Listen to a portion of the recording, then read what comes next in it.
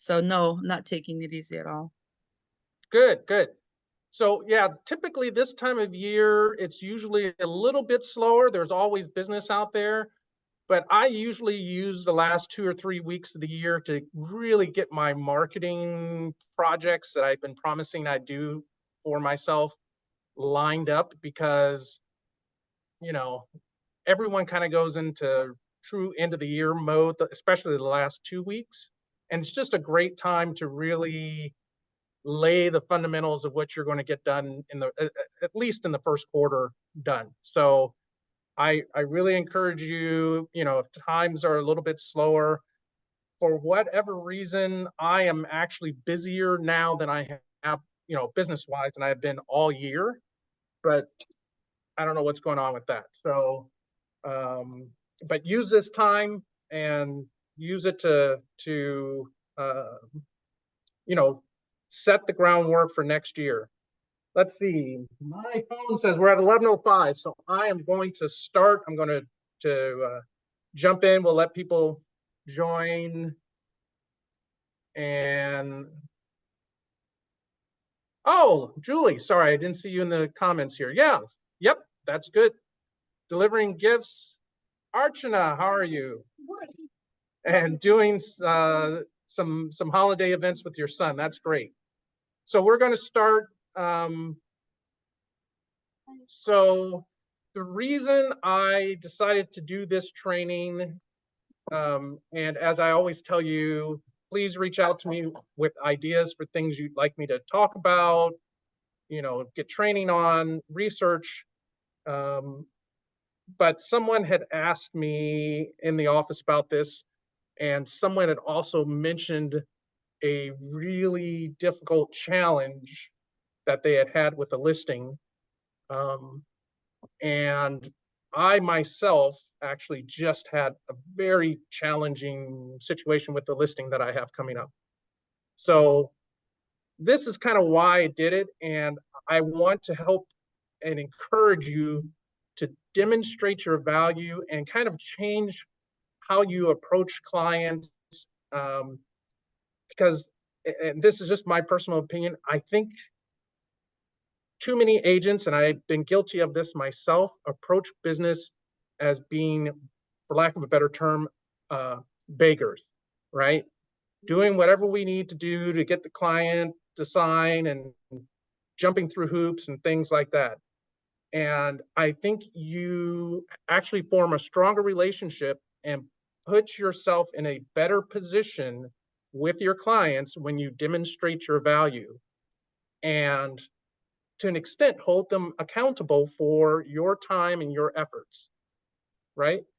So that's what I'm going to talk about. I'm also going to talk about, as part of this, the whole lawsuit thing that happened with the buyers commissions and the NRA, and who else was it? Keller Williams. I know the verdict about that. Yes, I think they're so. Remax and Anywhere owns Coldwell Banker, Century 21, Sotheby's, and a couple other brands. They settled out of court each for about $55 million. I think Keller Williams and NAR did not settle. They lost the lawsuit, and it was a number of like a $1.1 billion, something like that. I don't know what's going to happen. And now they're, of course, lawyers seeing that have now started suing other real estate brokerages. To my knowledge, we, Realty One Group, have not been sued, but it's probably a matter of time. But I wanted to talk a little bit about that. I hear some angst in there in the market. People have asked me, oh, what's going to happen to brokers, commissions. One agent I know, not actually with this company, mentioned that they had a listing say, I don't want to pay, I read that I don't have to pay the buyer's agent anymore, right? So I'm going to talk about all that. Let's jump into it. That's just kind of the prep here. Khaled, nice to see you, sir. Sorry. Okay, let's see. So I don't know if we have any non-Realty One Group agents on this meeting. If so, would you drop a message in the chat, or else I'll just skip the next few slides. Let's see here, because I always like to do, hey, Sylvia. Always like to do a little intro for people who are not familiar with us, but if everyone's Realty One, which it looks like it is, I'm just going to skip these slides. There you go. No matter the reason, when life gives you lemons, Domino's. Someone needs to mute themselves. Please mute yourself. Okay, so this is what we were just discussing. Remax settles for 55 million. Anywhere settles recently in the press. It just really makes it sound like, oh, the 6% commission. Well, in this area, very few people get 6% anyway, most of the time. And people really just don't understand what this means. And quite honestly, part of the problem here is people don't understand the value of what we do. And that's what I was relating to. So I'm going to come back to this particular point about the value and the commissions towards the end. So the whole, let me see who is not muted. All right, I think we've got everyone muted. So the key to this whole thing is earning trust, right? And I'm going to divide this into how do you earn that trust with the buyer when you're the buyer's agent, and how do you earn that trust when you're the seller agent. So the number one thing that you have to establish early on is, as a buyer's agent, you are not a, does anyone hate this font or do you like it? You are not a glorified chauffeur. You are not a glorified door person to hold up open doors. And when, especially depending on how you get your leads, like if you're doing online leads, this is your biggest barrier, is people don't value you and they don't understand. When you're getting referrals from people that you've already worked with or returning clients, you don't have this challenge quite as much. But if you're doing any type of lead sourcing, this is your biggest battle, in my view, for buyers, is establishing your value and what makes you different than the other, what is it, 16,000 licensed agents in Contra Costa County. I think that's somewhere around what the number is, right? So this is how I have started approaching it, okay? Anytime I make contact with a buyer, I set up an initial Zoom call. And the reason I do this gets back to something I have preached probably for the last 2 years. It's related to video. When people see your face and they interact with you, it creates a bond. Phone isn't good, text isn't good, especially for clients that you don't have any type of referral base. So if you do not set up Zoom calls with your leads, with your clients, it is going to be much harder to get them to commit because you personalize yourself on video. So Zoom has, I believe they still have a free plan where you can do up to 40 minutes, or you can even FaceTime. FaceTime isn't quite as good for reasons I'm going to show you in a few minutes, but I'd rather you FaceTime than not do any type of video at all. This is, I will tell you from clients that I get that I source from other, not for referrals, this has probably been the biggest game changer for me in establishing credibility. And when on these Zoom calls, I always start not with pre-approvals, where you've been, what you're looking for, bedrooms, bathrooms, timing, all the rest of that. It's, remember, real estate is a business usually about life transitions. I probably spend, you have the first few minutes of chit chat, but I probably spend the first 10 minutes finding out what their life transition is, their fears, their timing, why they're doing this. This establishes your value. It's not all the rest of the stuff. you're relating to them as a person. I think we get, as an industry, too into, have you been pre-approved yet? When are you moving? Where do you want to start looking? Let me set up a search for you. If you're not doing video and you're not having this conversation about what's going on in their life, and now you are a person who cares about what our problems are, you're going to struggle. All right. And feel free to drop questions, or let's see here. I'm trying to check the chat occasionally. So the reason I do Zoom is because I can do screen sharing. So for buyers, and this has probably only been the last 3 or 4 months, I actually created a document that now I show them, here are all the things we're going to do, all the tasks that you need to cover, or we need to cover, when you're a buyer. Too many people think you just open the door, write the contract, and collect money, right? I actually will send this to people. And this is only part of the list. I couldn't get the whole document in there. The key is to make this quite honestly, to make it long. I don't expect them to read it. I just want them to know, like, holy crap, there's a lot that goes into buying a house. There's a whole lot that we do behind the scenes that they don't know about. Well, they don't value it if they don't know about it. So that's why I created this document. I don't actually expect anyone to read it. I just want you to be impressed with how many steps there are. Right? So I don't go through, on a Zoom call, I don't go through every item, but I'll say, hey, here are the major steps. Here are some of the key items. I'm going to send this to you. We'll be reviewing this as we go through the search. But I think I have, I don't remember, because I was doing this pretty late last night, but I think there's something like 28 steps on this, right? Everything from, helping them figure out their pre-approval if they haven't done it yet, educating them about the pros and cons of different types of lenders.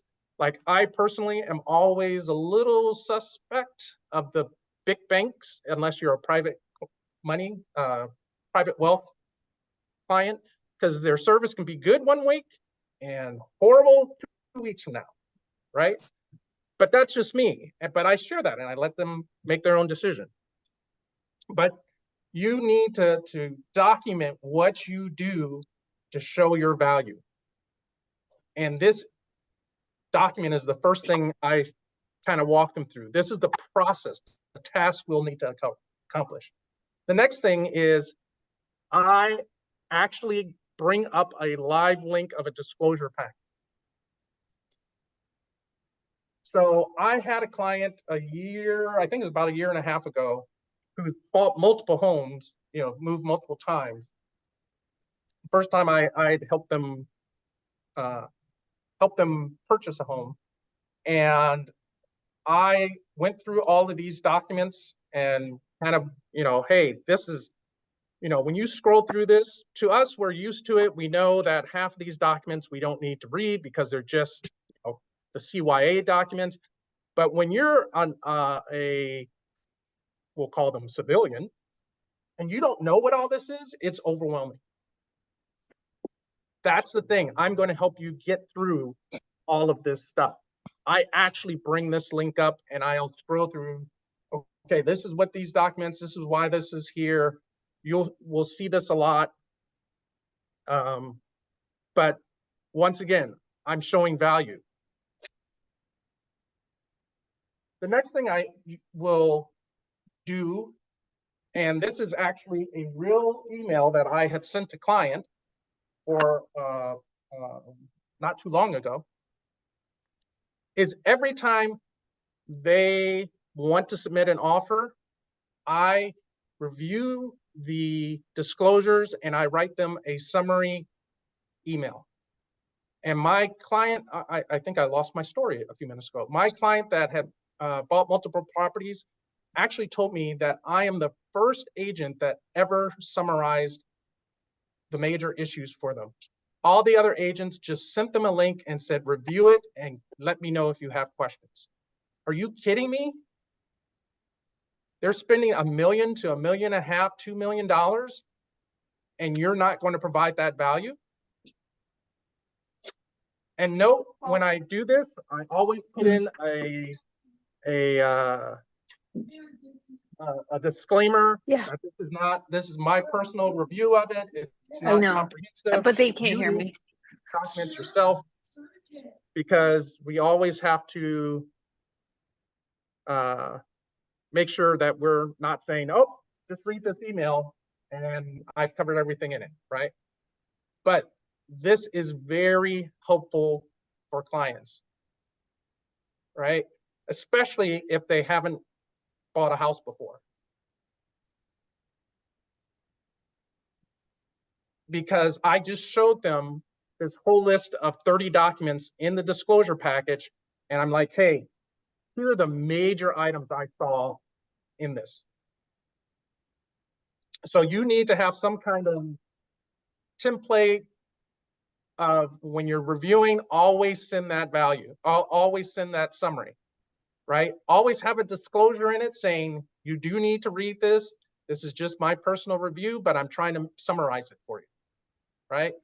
Don't say, oh, you don't need to read the disclosures anymore. I'm not encouraging that, but I am saying you're adding value to summarize, as a professional, what you see as the major items in the disclosures. And in this particular one, this was for a house I just closed recently in Oakland. There was a brick foundation, $84,000 estimate. My client actually told me, I didn't see this when I reviewed it. But he doesn't know where to look for things. I do, right? Sewer lateral. This client was moving from San Jose. Didn't know there was a sewer lateral requirement in Oakland. Didn't know there's a sidewalk repair requirement in Oakland, right? Those are the types of things you need to make sure you're telling your client and educating them about. I see a chat. Let me see what it says. Hey, Tish, will you please share the document with me? You know, I try and hold out on you guys, but maybe I'll send it to you later. Yeah, I'll send it to anyone who asks. So that's fine. The other thing, next thing I kind of want to cover on my Zoom is, I don't go through this in detail until they actually make an offer, their first offer, but I kind of go through and I just kind of scroll through the contract. I go, hey, this is a standardized contract in California. You know, you don't have to have an attorney to figure it out, but it is 16 pages long. You should know the key things and what you're signing up for, your rights and your don't rights. And I tell them, we will go through this when you're ready to make your first offer. We will go through this in detail. But this is not something someone should just put in front of you and tell you to sign, right? I do this in my Zoom call.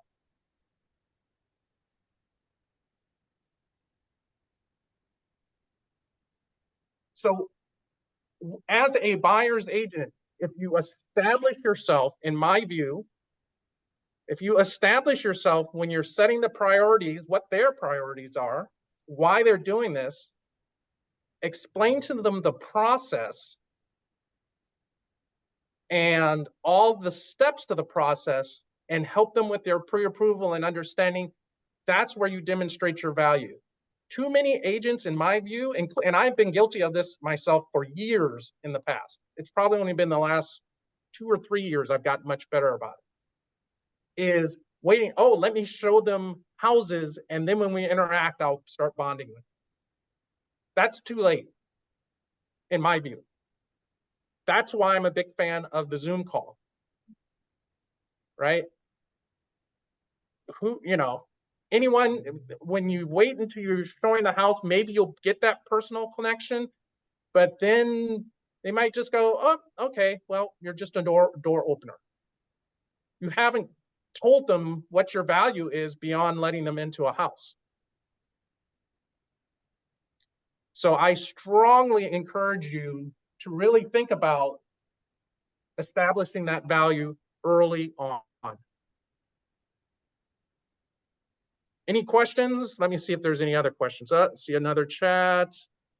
Please send the document. Okay. Sue, I will try and write this down. I can't write right now. So either, Layla, can you potentially write down anyone who wants stuff? So I can get it out to you. So I can get it to you later? All of you, okay. Rich, can you send it to me too? I'm sorry, I'm driving. I can't type. No problem. That's Jason. Dion, also, she would like it. So we will basically just, well, yeah. So Layla will send it out once I give it to her, and it'll might be tomorrow because I've got a pretty full schedule today, and but I will get it out to you. All right. Anyone else? Who else here? Me, Angela. We'll send it to everybody. Any other questions? Any other thoughts about this? I don't pretend to have this figured out. It's not like I'm, doing 75, 100 deals a year or something. But I will tell you, my stress level is better because I have a much better sense as to whether I have commitment from people. And you never know what's going to happen. But if you establish your value and what you do, as I said, I think real estate agents suck at establishing our value. And I'm going to come back to that. But you establish your value with buyers, especially those buyers you get through online means or whatever, you don't have a connection to. This will help you in my view. All right, let's move on. How am I doing for time here? Look at me, right on time. So it's seller's agent challenge. So some of this I did a seller, a listing training. Maybe, anyone go to that? I think you went to the listing training. That was maybe what, 6 months ago? Something like that. So some of this is part of that, but I'll review it here. So when I am trying to reach out to listings, it's about selling that value again, right? What makes me different than the next person who take pictures and put it on the internet and tell you I'll put it on 1,000 websites? We all do that. And so I created this chart to kind of say, hey, what's the difference between an average agent and a great agent, or specifically me, right? What value do I bring? So I not only talk about what I'm going to do for the house, but I really talk about what ways I can help you solve your problem. And you can also do this with buyers. I'll mention this, but I'll go back and talk about this. For buyers as well? I don't have a chart like this. I usually use the task thing because it's a little bit different situation. But if you got an idea for a chart, I'll more than happy to do it. But I'll talk to clients about, HomeLight has a buy before you sell program. I think they're still doing it with the change in the market. And if you have not used it before, I have used it with clients. HomeLight is picky about the houses they allow to do it. So if you have questions about doing HomeLight, Marissa's run into problems with HomeLight trying to do it because they're very picky about the house. So ask me first before you do that. But I usually put this on the chart, not that most of my clients want to use it, but this is a solution to a life problem that some people can have. Most agents don't know how to do this. I don't put it here because I want my clients to use it or they care about using it, but I'm providing a solution, right? Then I go through the other stuff. Yeah, most people have put a for sale sign in your front yard, take pictures, maybe with their smartphone, all the rest of that. Legal, help you protect yourself legally. So average agent. And I find it very interesting. This can vary dramatically depending on where you are in the county. So for example, if you're out in Antioch, almost no one does this, the inspections beforehand. Whereas San Ramon, Oakland, oh, you're not making an offer without getting all the inspections and everything ahead of time, right? But that's the thing. Even if they do it, some agents charge you for it. In my own business, I pay for inspections. Why? That's my commitment to you in success, right? We're so worried about, oh, I don't want to lose money. You're a business person. You have to invest some to get that return. And this is one of the ways I tell my client, beyond having solutions that help them, solve their problems, that I'm investing my money into your success. And these inspections help give you kind of liability coverage. You're disclosing everything you could possibly know or even don't know about the house. You're not trying to go out of your way to hide things.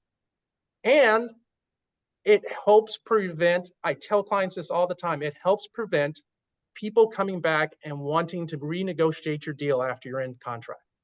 That's probably the biggest thing. People, if you don't do the inspections, I tell people, I guarantee you the buyer will, and I guarantee you they will find things and come back and ask for either repairs, discounts, price change. One of them, right? Because if the house is more than 30 days old, the inspector's going to find something. And they'll probably find something in a brand new house. That's their job. So offer that value. Staging homes.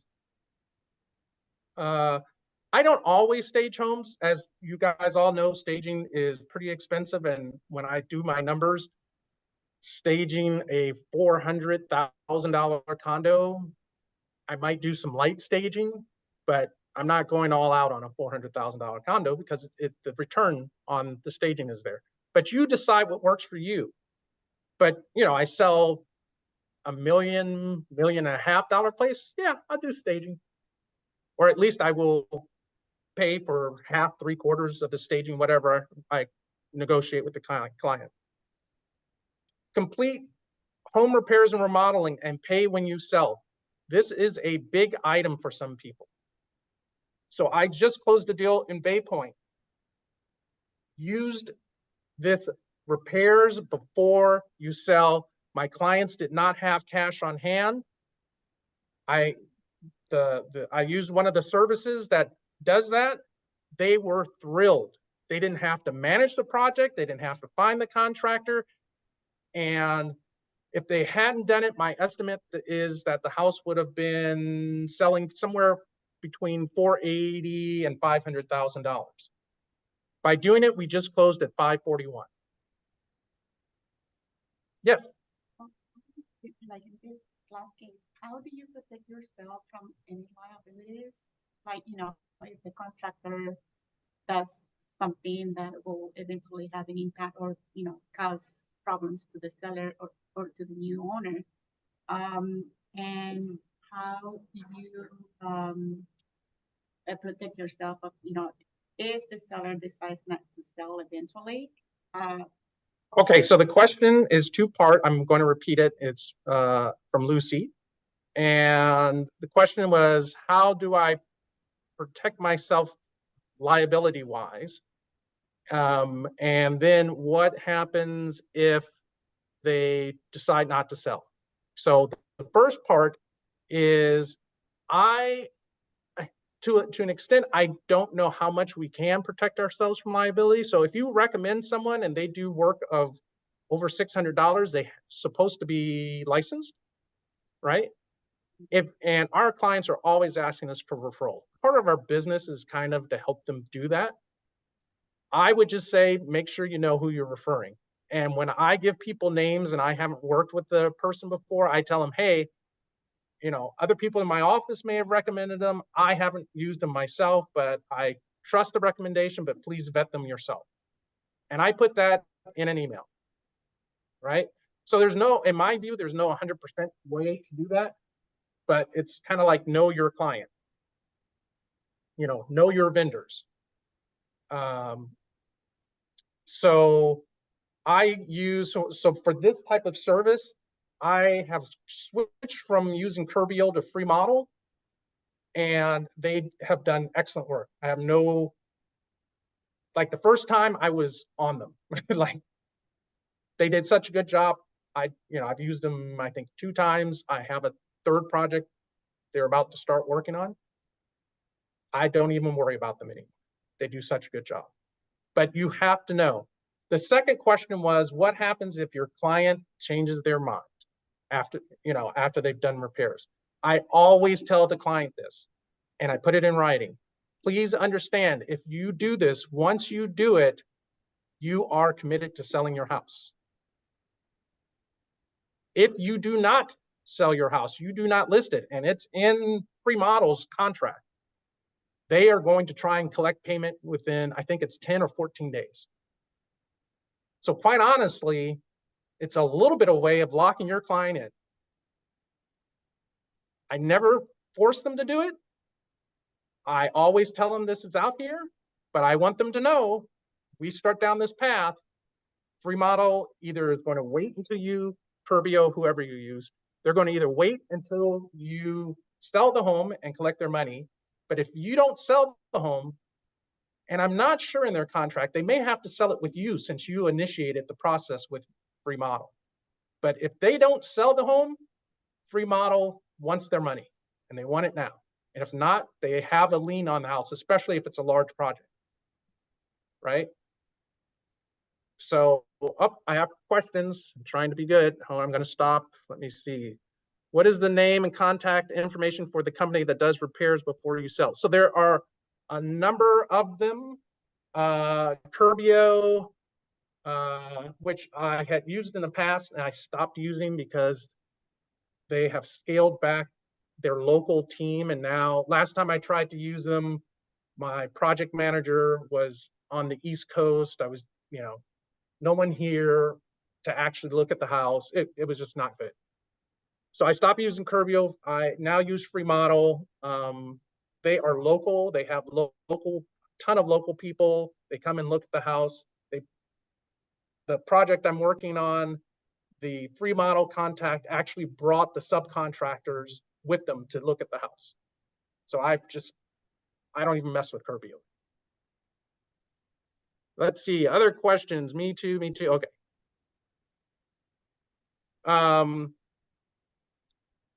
But once again, that's a solution. KW has something like this that their agents can use, and Compass has something like this that their agents can use. And I'm not sure if the agents actually have to fund it, or I know they have to find their own contractors and subcontractors and kind of manage the project themselves. Free Model, they have a project manager and they do a good job of project management. So I may have told some of you this, but the Bay Point project that I worked on, it was a kitchen refresh, new flooring in some of the rooms, interior paint, and a bathroom refresh. And it's not a big house. It's, it's older home in Bay Point. It's like 1,200 square feet. From start to finish, 8 days. That's including 2 days of weekends. Try and get a contractor to do anything in 8 days, right? So I have become a big fan of theirs because they get it done. So anyway, let me move on. So here, the point is I'm trying to differentiate myself as a listing agent that I can bring value that most other agents don't, right? And this is something that I've heard a couple of online, real estate coaches say, and I have not gotten good at it myself. But they really encourage you to set the expectation with your client for that listing appointment that the purpose of this is for them to sign a listing agreement at the end. None of this, oh, I think about it. They are saying, we're not going to have an appointment if you're not ready to sign. I haven't gotten good at that myself, but I'm just putting out there that some coaches, really want to set the expectation and if you do a good job at showing your value, quite honestly, they should want to sign. And if you're not quite ready, we shouldn't even be having this meeting. If you're not ready to list, oh, I'm going to do it in 3 months. Call me when you're ready to sell your house. I don't, you don't say that to people, but that's essentially the expectation that you should set. So this is the second thing. Looks like a similar chart, but it is a little bit different. I love this chart. As you know, I'm a chart person. You guys have learned that. I love this chart. This has gotten me out of having people ask me about my commission and me having to battle about, oh, can you give me a discount? This person will do it for this. I'm like, hey, here's my list of services. Instead of arguing about price, now we're arguing about what services do you want? I'll cut my price. Oh, Redfin says they'll do it for 1.5. Well, just so you know, to get that with Redfin, you have to also buy with them. I don't have that requirement. I'd like to help you if you need me to, but I don't have that requirement. Secondly, Redfin literally puts a sign in the ground, might have 1 or 2 open houses and pictures. That's all you get from Redfin. They might encourage you, like I have seen some Redfin listings in Oakland, they encourage you to do the inspection reports. Guess who pays for them? Right? If you want that, I have a commission plan. I'll do that. I have never had a client after seeing this chart pick the 4% plan. Never had someone tell me, oh, I was thinking about going to Redfin, and I go, this is essentially what you'll get with Redfin. And you have to commit to buying with them to get that. Never. Then the next one, 5%. This is all the stuff I'm going to do for 5%. Right? 6%. This is where your value add. And sometimes, you have to negotiate from it. But if you're bringing value no one else does, try and charge for it. I have gotten much better about this. So when I do like a repair to sell, I'm charging you for that because one, we are taking on more liability because I've recommended them. Secondly, theoretically, I am managing it, even though in my view, Free Model does a very good job. I don't really worry about them too much. But from the client's point of view, I'm bringing them value. Where are they going on their own going to find a contractor that takes 100% payment at the end when you sell your house? And uses all licensed contractors, so you don't have to. I always make this point to list people. Oh, I know Bob who can do it. You're selling your house and you're going to make repairs and you're going to have some person who may or may not know what they're doing make repairs. That is a liability nightmare waiting to happen. Right? If you're going to live in the house 20 years and you want to take shortcuts, that's on you. But the time to take shortcuts is not when you're selling the house. Right? So as an example, once again, house out in Bay Point, I charged them 6%. I am doing another house that is in foreclosure and is in need of significant repairs. And I'm trying to wrap this all up in a good time frame. I am actually charging them 6.5%. I was going to charge them 7% because of dealing with the foreclosure, which is taking a lot of my time, and doing the repairs. They were a referral from someone, so I'm giving them a little bit of a discount. And I actually, you can't see it on here because I couldn't get the whole chart on here. I have a line that says, hey, if you're a short sale or a foreclosure, add 1% to each of these. Now, when you negotiate, maybe you get it or not, but I'm setting the expectation that I'm doing a lot more work. And I have quite honestly, when I offer these solutions, anything in the blue boxes, I'm trying to charge more. So if this property is going on foreclosure and the seller is doing repairs, then what if, obviously there is enough, equity? Equity, yep. Yeah. Okay, So in this case, the house, when it's fully repaired, will be worth 1.3. Small house, but it's in like Newark area, Union City area. They owe maybe 4-ish on the house. So there's significant equity. And the repair company doesn't care because they're going to file a mechanics lien. Even if it goes into foreclosure for whatever, they'll get their money, right? And whatever penalty, they have penalty clauses and all the rest of that, they don't get paid in a certain amount of time. So when a mechanics lien is filed, if say if the owner is still not, capable of paying, where do they get their money from? It's like insured. Excuse me. A mechanics lien is a lien on the property that any kind of contractor can put on the property. They don't get their money necessarily from the seller. That it really happens when the seller can't pay them. Right. Right? Yeah. So they may not get their money until the house is sold, but that house is not going to get sold without them getting paid unless they clear the lien. paid even if the property goes on foreclosure? You get paid even if it goes into foreclosure. All liens have to be paid. I thought it was only, if the property is foreclosed, I thought it was only, the, county liens, those kind of liens that are to be paid before selling the property. Foreclosure, I am not an expert on this. I haven't done foreclosure since the bad old days, after 2008. So it's been a while. And I have been re-educating myself on foreclosures.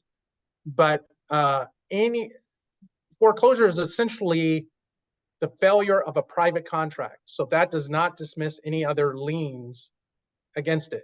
Now, if you have, and I'm not sure about this, I'd have to go find, you start to get into tax liens and everything else that might have different rules because you're dealing with government liens. But foreclosure is a private situation. They don't get to wipe out other liens, to my knowledge, because it's a foreclosure. So I could be wrong. I have been bothering my escrow person a lot to back up the speed. It's a priority thing. The tax always take first. Government first, second, everyone, yeah. But there's so much equity that, the contractor is like, yeah, I'll get my money, right? You can't do these repair things that the person doesn't and pay at the end if they don't have sufficient equity. I'll just tell you that right now. They have to have a fair amount of equity once it's in repair shape. Okay. Other thing I always mention to clients is that I buy a seller home warranty plan and I pay for it at the end, like $100, $150. But I tell them, if your air conditioner breaks down in July while you're listing the property, you pay $50, $100 and they will fix or replace it, right? Takes a little bit of worry off of them that there's some disaster is going to happen. And it's just, I do it because it's a PR thing, not that I'm expecting anything to happen. But I'm willing to spend $150 to show that I'm giving them something that could be of value to them. Is it different from the home warranty, home insurance that they already have, and that will only cease at the close of escrow, right? So how is this different from? Yes. So Archana was asking how the seller home warranty is different, and does it only work at the close of escrow? So with the seller's home warranty, which is different than the buyer's home warranty, seller covers you while the house is listed, right? But then isn't their home warranty what they already have still? Most people don't have a home warranty after the first year, Assuming they don't have a home warranty. assuming they don't have a home warranty. But it's very rare. I don't know if I personally, especially if they've owned the house for a long time, have ever run into someone who still has a home warranty. So, I mean, you do occasionally, I guess, but I haven't seen it. Let me see the chat. Copy of presentation. Okay, Jazz, I will get you Rupee. Yeah, of course. Me too, me too, me too. Okay, let me get back to this. So I want to encourage you to create, this is probably the most powerful thing I created in my listing presentation. I used to dread having the commission conversation. I don't dread it now because now I'm moving the decision to the seller. You tell me what level of service you want and I'll match the price. Not like, oh, what makes me any different than the last person who was in here and they're offering me 1% or whatever. Okay, you make your choice, but I don't have this conversation more. Every once in a while, I end up negotiating around the fringes, but I don't have these fundamental conversations anymore about commission. This is a very powerful document. I can't even remember who I learned this from, but I love it. Love it. Okay, someone else in the chat. What do you say to a seller when, so this is from Julie, when they say they don't want to pay buyer's agent commission? That's my next subject. We're coming to it. All right, so. Are you, I mean, we don't have that moment. Oh yeah, I have that as, I think I have that as one of my things. Legal protections, but thought I had it. Maybe I need to, oh, I probably took it out to add something else, but because I want to keep it to a one-page document. But yes, that is something else you can sell. Hey, if you need to talk to a lawyer, we have, review your documents, ask a lawyer, whatever. That's a selling point. Sell your value, what you bring to the table. People don't know it. We suck as an industry at letting people know what we have to offer and what to do. This is something else I have started putting in my listing agreements. This is actually cut out of one of my listing agreements. In the other terms section, I always start out with what I'm going to pay for, because that's the value I'm bringing. That's the commitment I'm making to you. Second, very rarely we have to list the price technically within, 24 hours, 48 hours of taking a listing. So I always put this in here to let them know that, hey, I have rules to follow, but you're really in control of when we put it on the market. Okay. Number 2 is kind of just a throwaway, but it's just a conversation piece, quite honestly. But then number 3 is important to me, and I have started adding this in the last year. If you cancel this agreement for any reason or it expires, you will refund me for my expenses and time. And I have just started adding in time. I have not tried to enforce that yet, but I have done the expense before. And the way I explain this to people is, hey, I am making a commitment to you, not only my time, but my money.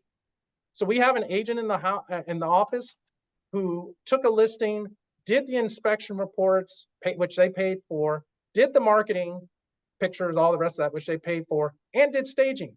Guess what the seller did? Canceled the listing.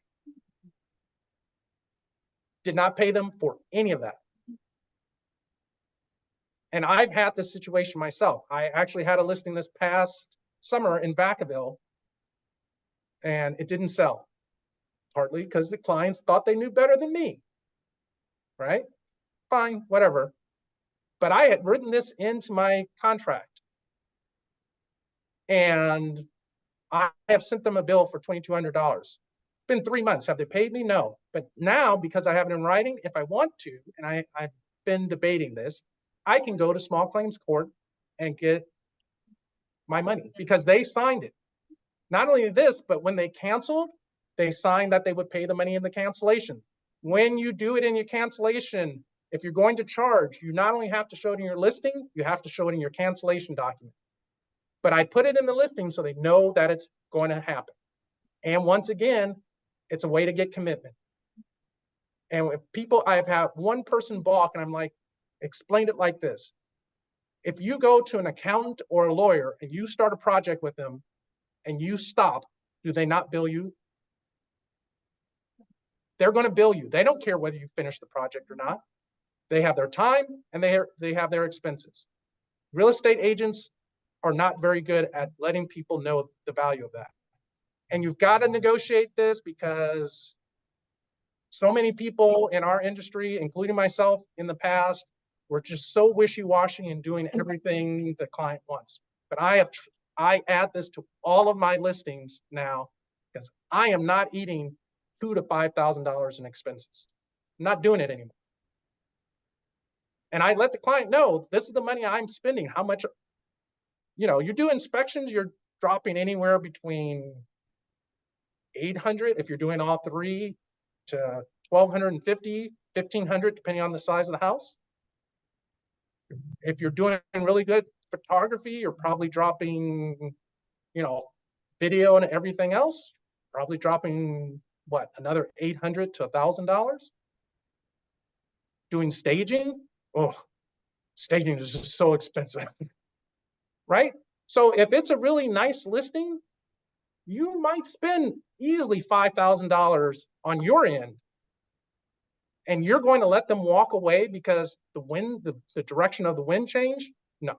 And I have that conversation with people. Hey, I am just like an attorney or a CPA. If you start a project, I'm putting in my time. I have people in the background that work for me. I'm putting in my money. And I have no problem if you want to cancel. I will let you cancel at any time. But understand that just like a CPA or an accountant, I will collect my time and my expenses. Let me see what the chat. Is it legal to have an agreement for payment between the agent and the seller? Should we check with an attorney? So it isn't, there is a specific spot on the cancellation agreement about payment, any payments that are owed. So it isn't,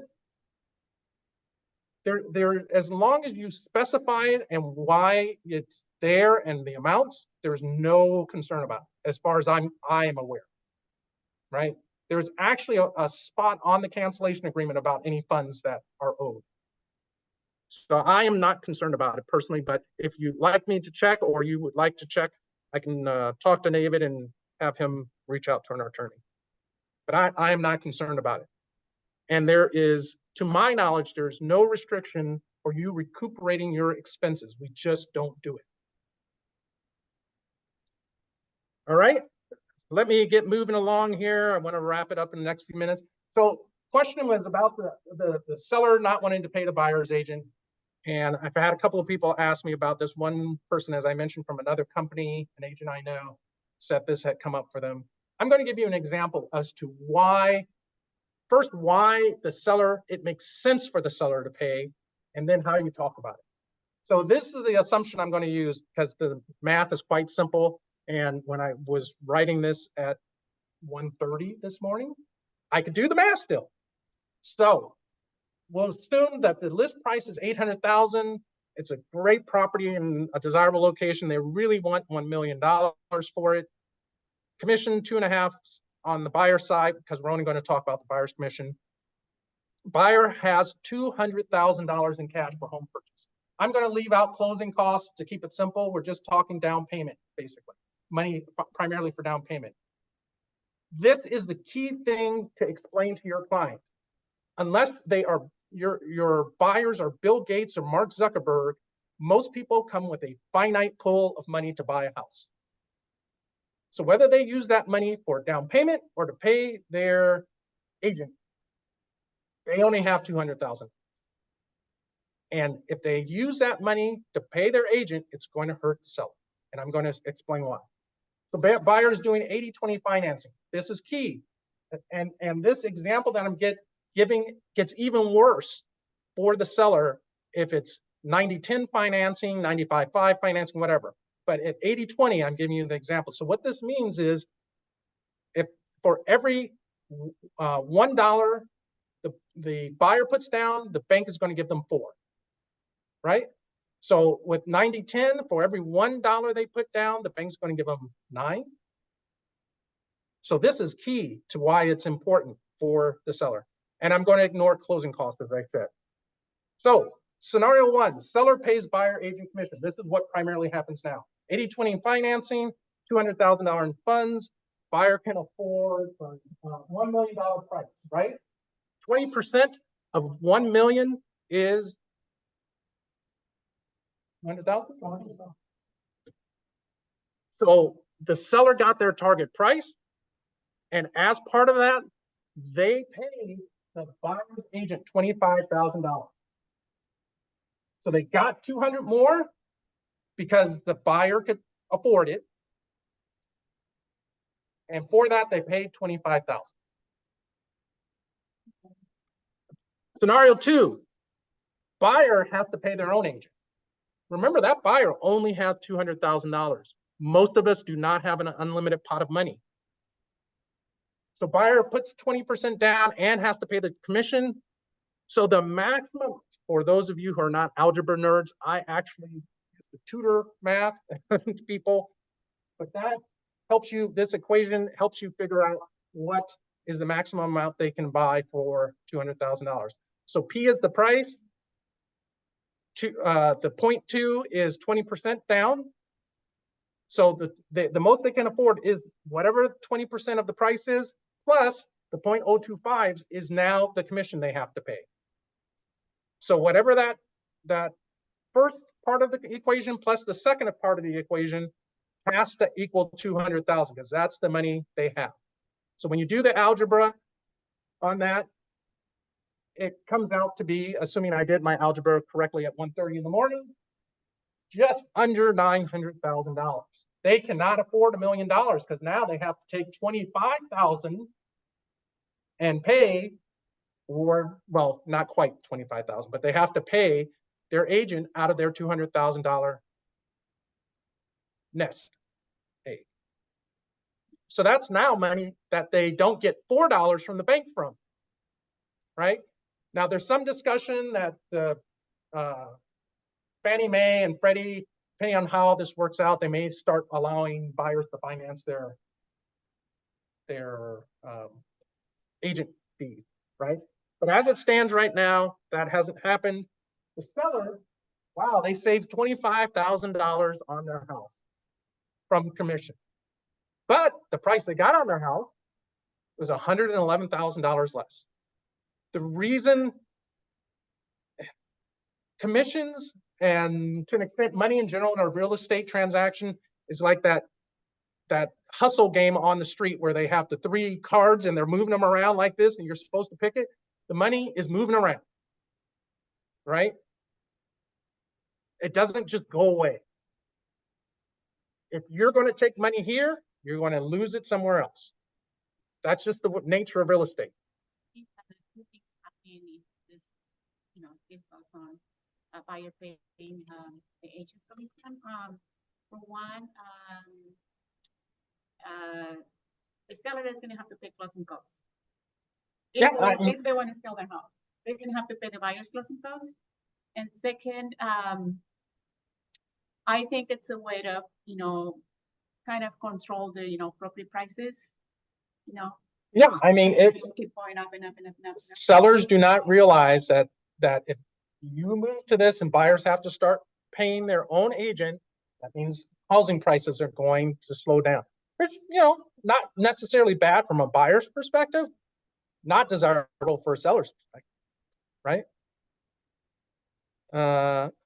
So in summary, if you get asked or you ever, and I always say you do need to be prepared because this has been after the $1 billion settlement, there were a lot of articles. It wasn't much in the news, relatively speaking, before the jury, the award in the trial.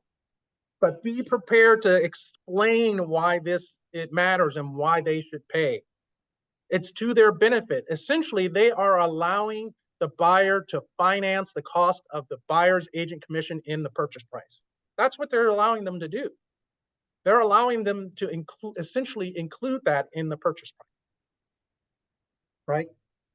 But if they don't want to do it, you need to tell them, hey, you're going to reduce the number of people who are going to financially qualify to see your house. So you're now dealing with a smaller pool of people, less which might create less competition for your house. It might sit there longer. You might get a lower price. So that's, go ahead. Buyers have to just reach out to the selling agent, sorry, the listing agent directly. And how would all this work? Say if there are 5 buyers reaching out to the listing agent directly and all want to put an offer, say, so Yes. So this is one of the points that's going to come up. So let me go through the rest of this. So towards pushes potential buyers towards competing homes where the buyer's agent is compensated, right? Every once in a while, you will see auctions where it says buyer must pay 3% for the agents or whatever it is. And there's no compensation for the agent, from the seller. These, unless it's some kind of spectacular house, my experience is these do not move very quick because of this problem. Because people only have so much money, right? So if you're selling the house and there's no compensation for the buyer's agent, and 5 houses down, someone is selling it and there is, A, guess where more agents are going to take the clients? And B, guess who's probably going to get a higher price for their house? You've got to educate your sellers about that. And then, to Archana's point, you may be creating more legal concern, especially as an agent, quite honestly, a listing agent. So typically, I mean, every once in a while, some brokerages don't allow double siding at all. A friend of mine who works from KW, they can't double side. One of the KW, I think it's KW East Bay, can't double side. I don't necessarily think it's bad, happens occasionally, whatever. Make sure you're doing your job correctly. But if we get to a situation where the listing agent is always double siding, or not double siding, but always responsible for that, well, if you're not paying me as the buyer's agent too, why do I want to take on that liability and I'm not being compensated for it? Right? Because real estate is not selling because buyers agents are not sending their buyers to that listing. Yeah. Yeah. And if you're going to call me as a listing agent and you want me to write the agreement, well, now I'm taking on the buyer's liability and you're not compensating me for it. I'm not doing that. Right? Even if you do that, the more you do that, the more you're opening yourself up to the buyer coming back and saying you did not represent me well. This way, I think it's, I don't think, I don't think the buyer gets, full representation, no matter how you do it, or, as good as you are as an agent, there's no way that you can give full representation to the seller. So yeah, Lucy was saying that with dual agency, double ending dual agency, that the buyer almost never gets 100% the service they would if they had their own buyer's agent. And I agree with that fundamentally. And if I remember my last time I renewed my license, they always talk about your primary duty is to your client, which is technically the seller. You have to deal honestly and openly with the buyer, but it's not your duty to work to their benefit per se. So to get as an example of this, I have started when I have a listing and I have agents and I get a offer, and especially if I get early offers, which I don't like, but if you're going to do it, fine, whatever. But then another agent goes, hey, do you have offers? Yes. I will tell them how much the other offers. Why? Because my job is to get more money for my client, not to worry about the buyers. And I used to not do that, but I really thought about it. My job is to maximize. So I don't even want to, quite honestly, I don't even want to spend the time on an offer that isn't higher because now you have created more work for us. So I'm just going to tell you, don't even, here's what the offer is. Here are some of the characteristics that we're looking for are in there. If you're not going to beat that, don't even submit. It's basically my message. Right? So usually when you double end, it's usually investors because they know what they're doing and they just do it to get themselves a little advantage. But I think it's going to be a legal nightmare if this becomes a regular thing for agents. And I would not double end if I am not getting compensated. As a listing agent, why would I write someone else's contract, take on that liability, do the work on the buyer side, and the seller is not paying me? So how am I doing on time? I'm 10 minutes over. That was it. Not bad. Questions? Let me see if I have questions. Thoughts, concerns? Anyone, pass out due to boredom during this conversation? I've been talking a lot, but this is not like a type of interactive. I'm just sharing a lot of my thoughts, but I want to know what you think. What if question from Angela, what if you are asked to write 2 offers on the same property? Oh, from 2 different clients? Done that. So Yeah, so I've had that happen. And Dion, I will send you the slide. So I've had that happen. I tell my clients, and this is part of my conversation on the Zoom, that I have multiple clients, and I may have clients that ask to see the same house, right? But I tell them I will give you the same advice on the house. I never tell one, you bid more than the other one. I will tell you, this is what I think the house is worth, and I give the same advice to both. Hey, Christine, thank you. I give the same advice to all of my clients. And that's the worst thing, is to give your clients different advice on houses on the same house they're bidding. That, yeah, not that I know how they figure it out, but that could be just not good. Not good at all. only one client is organically writing a higher price than the other, even after giving the same advice. That's on your client. It's on the client, and you can tell the other one that I know about a higher offer. Yeah. And eventually you could tell that if they want to go ahead. So you could very organically do it without really being dishonest to any of I'm not going to tell one buyer what the other buyer's offer is, but I agree. You can say, hey, I know there's a higher offer out. Right? All right. So let's see, Michelle, how much have you charged for your time if seller cancels listing? So I just started adding this, so I've never had to do this. I have been charging for expenses, writing that into my contract for about a year. But I have not started charging for time. But so this listing I just took in the Newark Union City, I have a time component in there. And if it were to cancel, I didn't put how much I would charge, which I kind of did on purpose because I didn't know. But I would probably, I'm going to say I'd probably charge at least $150 to $200 an hour. Why? Because we devalue ourselves to being door openers. I may not earn as much as an attorney who charges $500 to $1,000 an hour, but I'm not going to charge myself out at minimum wage. And maybe I will start putting it in there. I'm still debating that, but I want you to know how valuable I am, right? Same, would love to see slides. Can you share spreadsheets so I can edit them? Yes, so I have these all in Word and PowerPoint. So as long as you know how to do that, and I probably won't get it out until tomorrow because I have a pretty full day. So I have client stuff and I have elderly parent stuff to do today.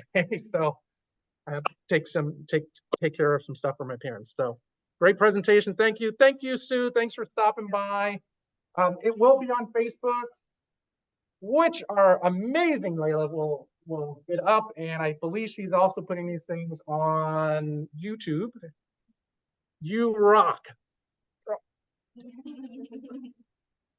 Thank you. So have a great day. If you have questions, you need help, hopefully you found this helpful. And in general, just please always feel free, as quite honestly, we open these to outside agents because we want them to see our value. And if people are looking to improve their business, we're all for it. We don't do just internal meetings. So please invite others. See you guys. You're welcome. Rich. You're welcome. Richard, I have a question for you. I'm gonna use three models Mhm. for